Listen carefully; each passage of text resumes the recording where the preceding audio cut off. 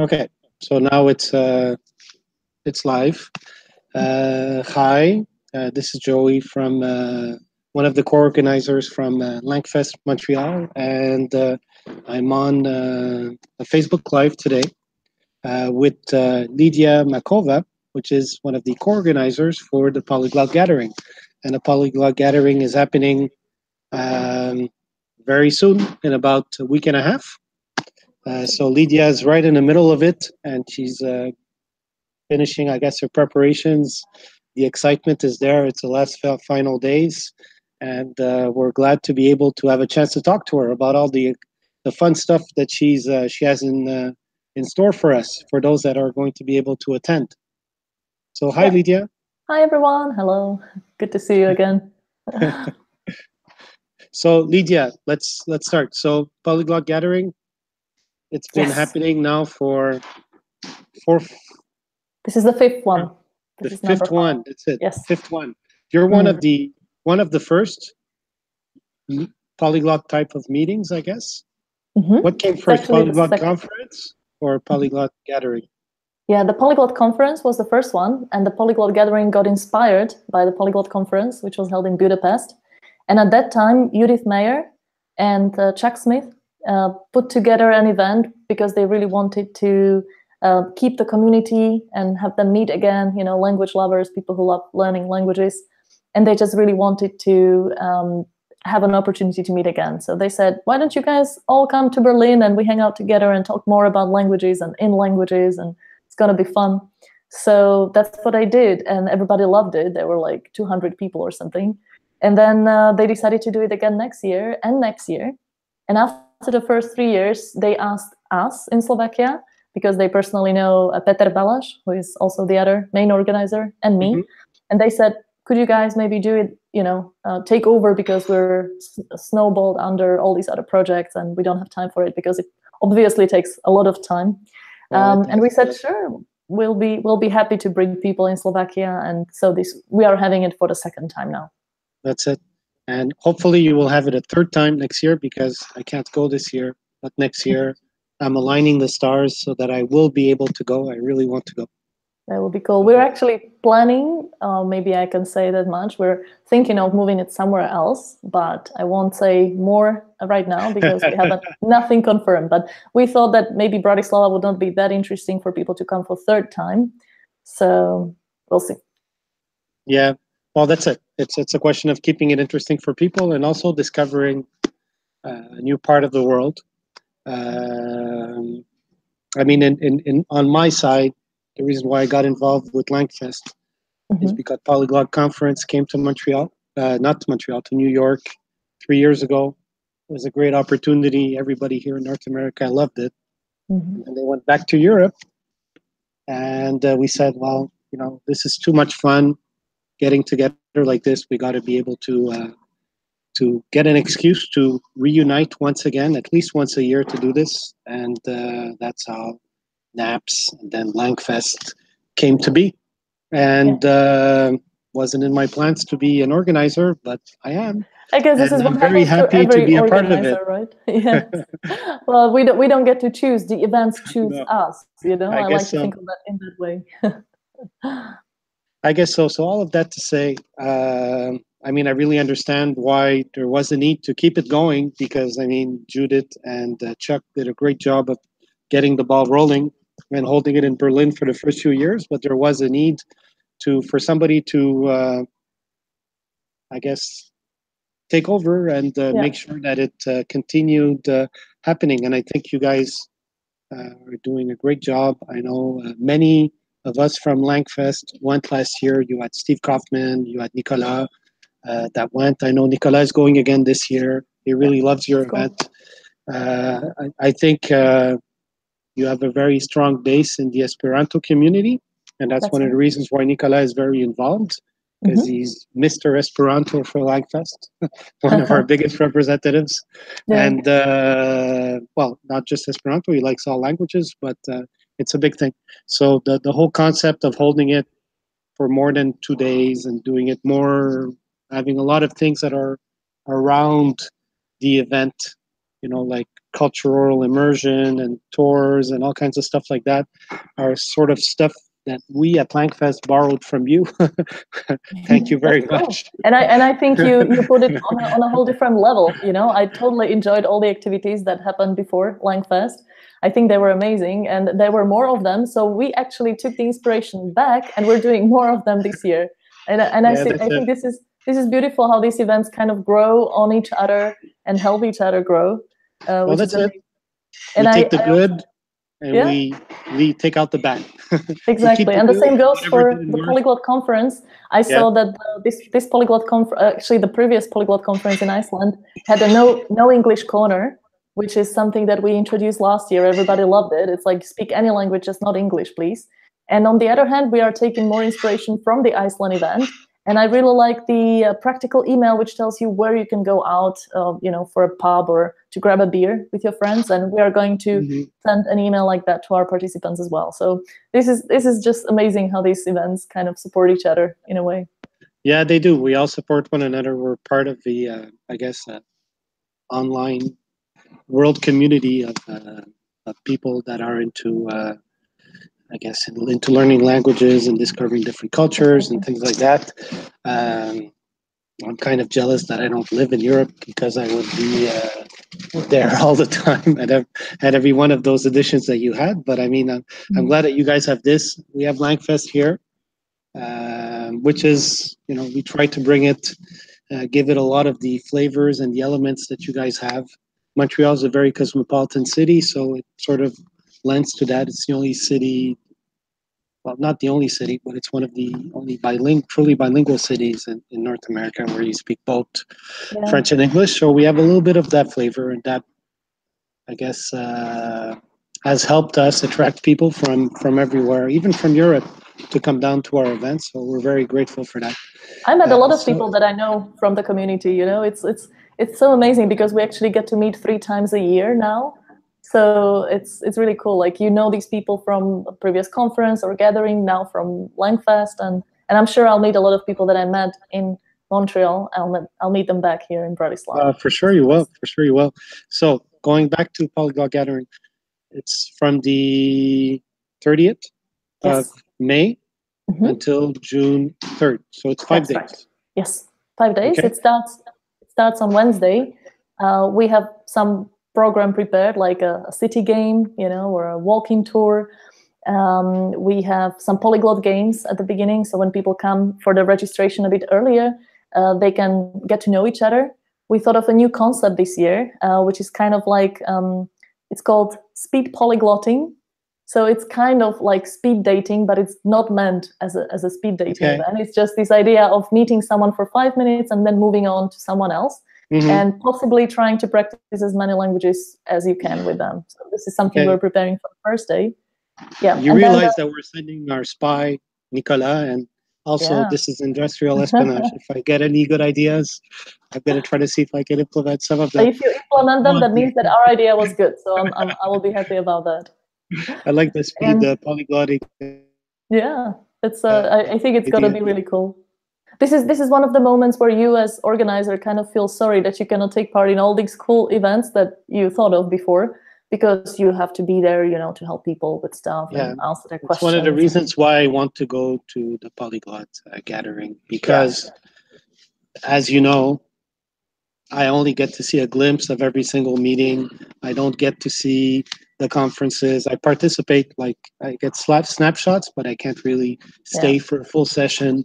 You know how it is. I know. You also know the experience of attending versus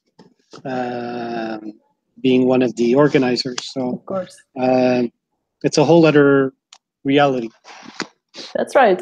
But all the participants can enjoy everything. I think the whole program for them is set up in a way where they can just come and there will be so many interesting things to do. They don't have to worry about anything. And exactly. the thing about this actually is it's totally no problem if you come to one of these events totally by yourself. You don't know anyone there. Maybe you're even shy, you're introverted. It doesn't matter because it's so easy to get to know new people, whether through these games or, you know, some events. Or talking next to someone, like sitting next to someone at a talk, you have definitely a lot of conversation topics to start with. So I think that's a It's a great Yeah, advantage that's for good. people who are open to meet new people, but maybe don't know how to do it. Yeah, so Lydia, so you start, you have the Polyglot Games, it starts on the Wednesday. Yeah. Are there conferences, or seminars, or workshops every single day, or Yeah. when So does it start? yeah. So the talks and workshops start on Thursday in the morning. We start with polyglot breakfasts, which is also a new concept this year. That's cool. We are gathering in a huge room at the venue, and people can bring some of their own food, or we have some gastro partners that will sell some really healthy food, smoothies and vegetarian stuff, and many things to choose from. And so we will just start the day talking leisurely. And then the talks start. We have as many as 6 slots this year, not for every single time, but we sometimes you can choose from as many as 6 different things to At the go same to. time. Wow. Yeah, Okay. at the same time. Mostly it's 4, sometimes it's 5, sometimes it's 6, because we try to also give the floor to people who want to present something not language related. For example, to teach someone to dance, like we have a workshop on Russian dancing, for example, or whatever people want to bring and share with others. Doesn't need to be language related. This is their space as well. So that's really cool. So up to 6 sessions at the same time. So even if you wanted to, you couldn't participate at everything. No, you would have to clothe yourself. But that's still, right. But pretty cool. that's why we are putting it all on YouTube afterwards, so people can watch the talks if they're interested in them. Okay, and I guess you have your Polyglot Gathering channel. Yes, exactly. So people can follow Polyglot Gathering on YouTube. It has a lot of talks. They're watched very much. They're very popular, and you can find all these talks by even the well-known polyglots in there. Oh, that's cool. Available. Yeah. Okay, what was I going to say? You talked about polyglot breakfast. Yes. For me, when I learn a language, often sometimes about learning about culture, food is a big part of culture. So, what's the what is a typical breakfast in Slovakia? What do people have? What are people expecting? If you wanted to have something very Slovakian, what would you have? Well, it's not the idea to have like Slovak breakfast at the event, so I don't want anyone to expect like a ready-made Slovak breakfast or something. But we in Slovakia we eat bread or cereals or bread, cereal, porridge. Coffee, stuff like that. Yeah, just usual continental breakfast, I would say. Okay. Yeah. No, I understand, because you said everybody pretty much brought whatever they wanted to eat, and you were going to eat together. It's kind of a social activity, not like a a meal. I understand. Cool. Cool. So what happens after that? What happens after the breakfast? What do you have? Who are some of your main speakers that you're going to have this year? I wouldn't like to mention names, because that means make someone more prominent or not. Yeah, because this is actually the idea. We don't have any keynote speakers at the gathering, and we don't want to have them. So we never invite speakers. It's really meant as a space for people to come and suggest what they want to talk about. And then, when they get accepted, we have to choose from all these proposals, because there's so many people that would like to present, and we try to pick the best ones, regardless of whether they are well known or whether they have presented before. And and then the well-known speakers are next to the very unwell known. So this is the idea, kind of sharing together, like person to person. Yeah, so, I think for me that was one of the fun things when I attended the Polyglot conference, and for being one of the organizers of Langfest, to be able to see all those, I guess, people that come from all around the world, speakers and delegates, that you can just have chats with and talk about, okay, like, where did you get your passion from language from? And sometimes you see really, really interesting things, and it's part of the fun of going to this kind of events. You also meet people from all around the world, and it's really an enriching, life-changing experience, I think, for many people when they attend those types of events. I know for me, it's surprised me the first time I went, I was not expecting it at all, and it completely surprised me. And I have the bug ever since. I want more, more, more, more. Right. So yeah, so it's a good thing. So starts on a Wednesday, finishes on the Sunday. Yes, exactly. So every day, basically from 10, sometimes 9, but mostly 10, because we know that people party at night, so we want them to get some sleep afterwards and not miss the first talks, because then the morning speakers come to a half empty room. We don't want that, of course. Yeah. So you start at 10 and you finish at what time? We have the talks for 45 minutes each. In between, we have coffee breaks where we provide the coffee for everyone if they're interested. Then we have 2-hour lunch time where people can have a lunch at the canteen if they chose for that, or they can just go to a restaurant with someone. It's really it's very free. So whoever wants whatever, when you meet someone, you find a new group of friends, you want to hang out with them, that's okay. It's just mingling, a lot of mingling for 5 days. Yeah. And then in the evening, yeah, go ahead. In the evening. So in the evening, we have some cool stuff prepared as well. So for example, the first evening on Thursday, so the very first evening on Wednesday is the Polyglot Games and getting to know each other, opening ceremony. Then on Thursday, we have kind of an intercultural cuisine night, where people can... I'm sure I would love that evening. Yeah, people can bring something from their home country, whether it's sweets or maybe some drinks. People often bring stuff like cheese or even meat. Just interesting things to try. And we put it all out and we write which country is that, and you go around and it's basically like dinner, because there's always a lot of food and people can try everything. We also have a multilingual concert by Johnny M, but not that Johnny M. There is another Johnny M who's going to come from Germany to sing for us in many languages. That's cool. And, yeah. So these are the things we usually do after the talks are over, after 6 p.m. Then we also have an international cultural evening where everyone can contribute to the program. So you can sign up on a list and you can sing a song, you can play on an instrument, you can dance, whatever you like to do, read a poem, it's up to you. The stage is yours, and it always comes, people always come up with such interesting things that the program gets very interesting. Yeah, and people can still register now. There's still some time. There's a week left, right? Exactly. There are 2 weeks left, actually.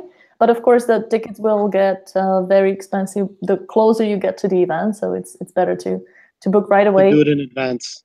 Of course, always with every event, because it's so much, like, from the organizational point of view, it's just too difficult to guess how many people will come, so that we order all, the exact number of bags and badges and stuff. So that's why, so that people know. We have 524 people registered as of today. Wow. Yeah, it's going to be huge. Well, how are you going to fit all those people in? I guess that's why you have so many events, so many... Yeah, so many slots. That's why we wanted to do that. The rooms are actually really huge. 2 rooms have 250 people capacity, and the others are 150. So the people will fit in, no problem. We wanted to give more space to variety of the program, so that's why we decided to enlarge the number of program slots. You're holding it at a university too, eh? Like us in Montreal? Yes, and it's a really cool university. It's very spacious, very light. There's a lot of light in the building, which I like. And so people can hang out in the no English area in front of the university in hammocks and on blankets, kind of having a picnic. It's kind of the very leisure space where people just socialize. We have great partners, like food partners, who provide smoothies and wine and stuff like that. So that's cool. Yeah, it's like the whole idea is, let's hang out together and let's do it on these days. We'll have some program, but it's actually for people to come and get to know new people. Like, it's about the friendships.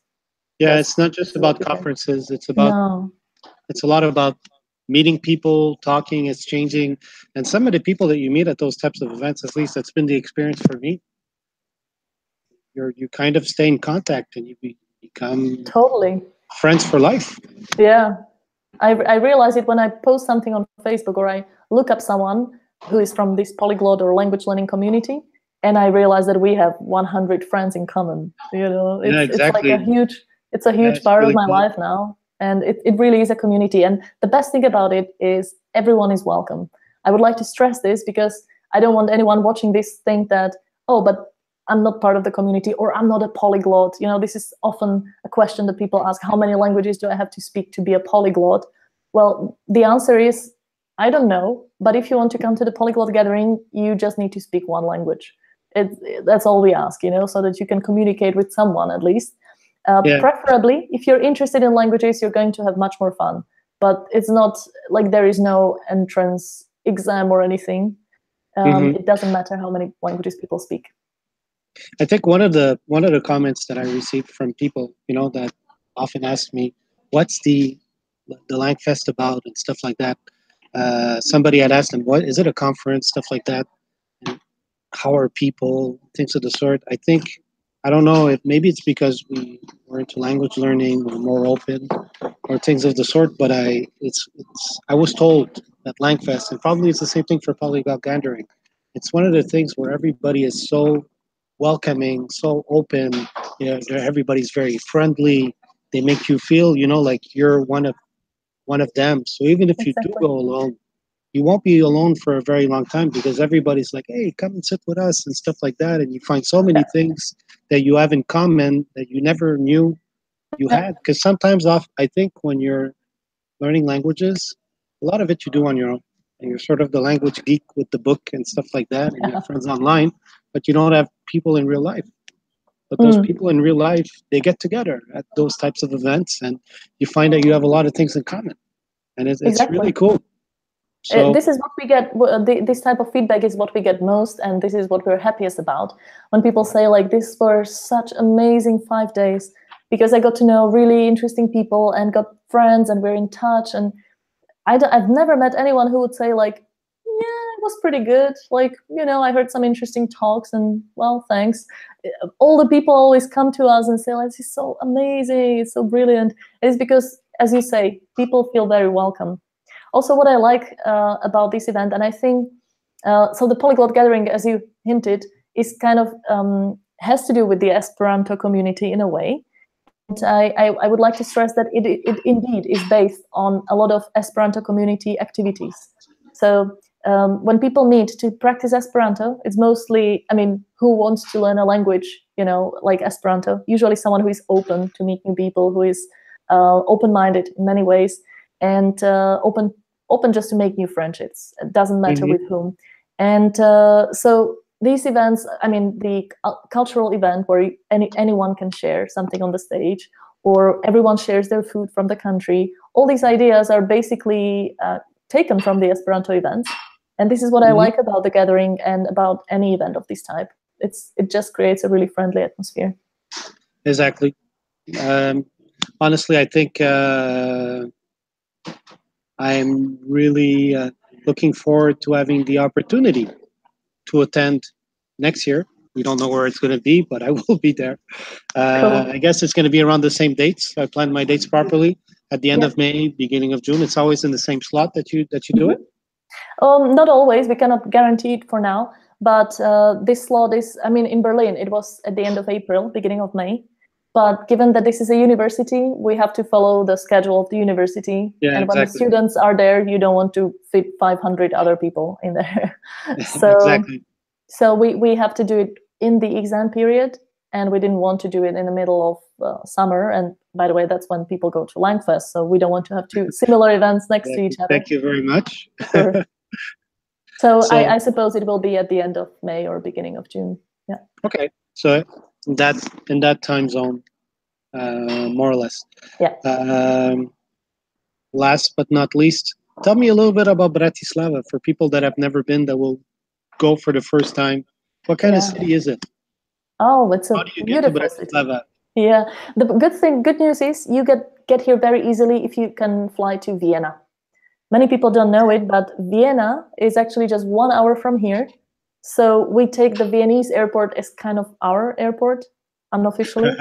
We also have a Bratislava airport, but the Vienna one, of course, has a lot more connections, even direct Hmm. connections.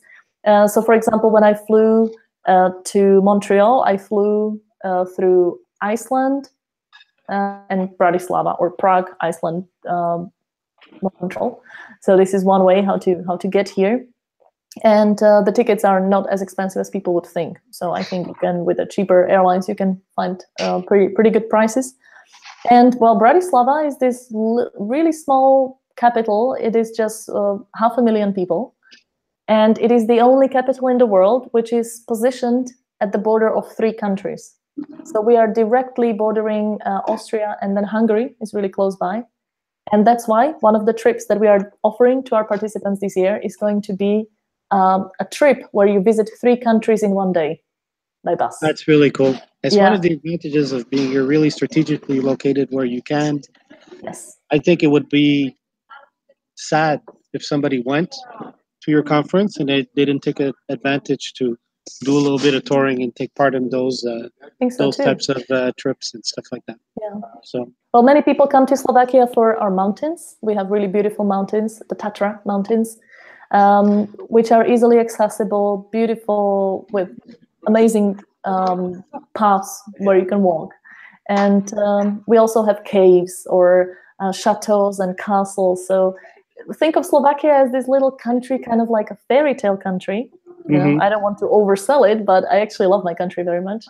And yeah, so you can easily fly in here, travel around. If you stay for 3-4 more days, you can easily visit 2-3 other countries, which I think is pretty cool.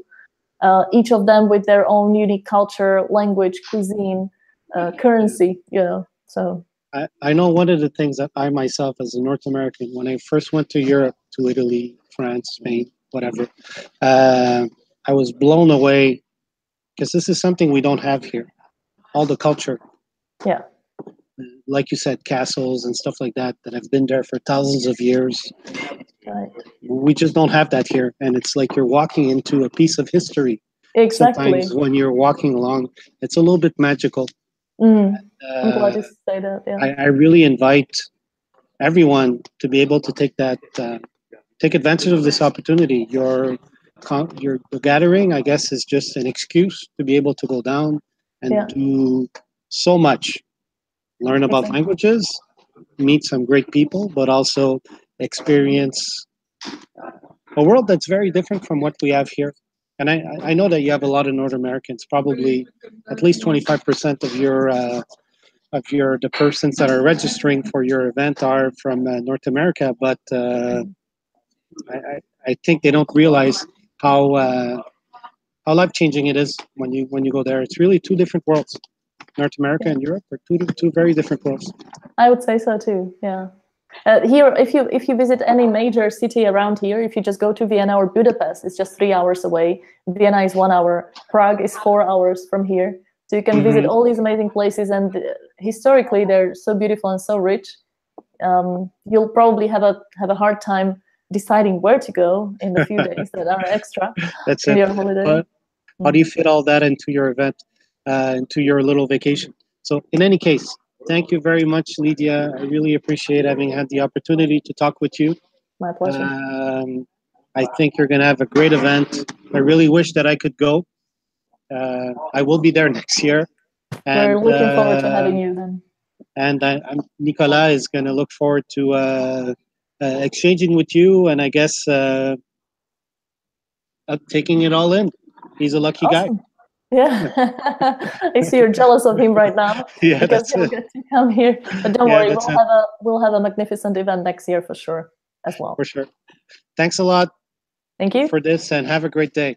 You too. Bye from Montreal. Bye. Bye from Bratislava.